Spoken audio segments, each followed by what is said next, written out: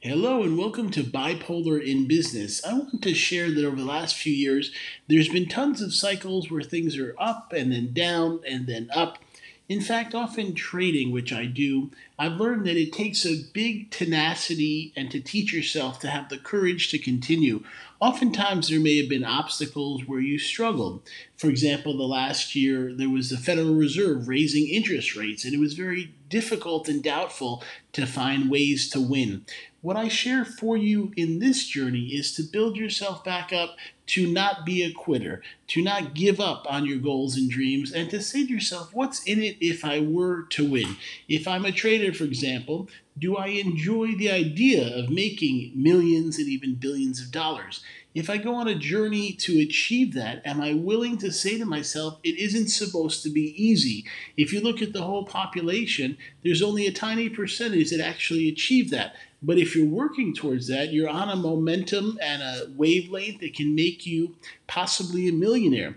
And if you look at other things, maybe jobs or starting another type of business, selling things online, is it easy to even consider making millions of dollars? What would it take to have that happen?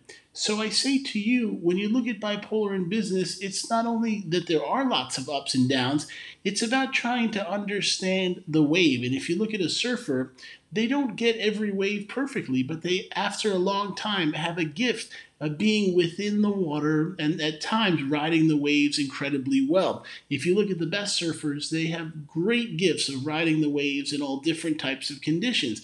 And that's what I would say for bipolar in business and trading you should learn to do. Be like a surfer where you can balance at different times and see the success. Another way to win is to sometimes take small amounts of risk. Since the Federal Reserve started to raise rates, I slowly lessened what I would trade with. So, for example, let's say you lose $15, it's much less of a problem than if you lost $1,000 or $10,000.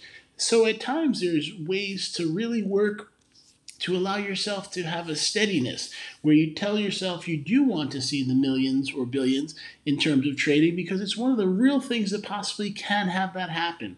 There are known examples of people turning smaller amounts of money into millions in trading.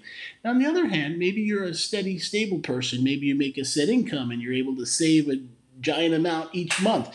If you do that and you want to put money aside in, let's say, a NASDAQ index or something like that, the S&P index, that's fine too. But unfortunately, for many of the people I've encountered in recent years, even if they make 100,000 a year, they're not saving 30 or 40,000. If you look at what rents cost or mortgages, car prices, gas, they don't have a lot of the extra money.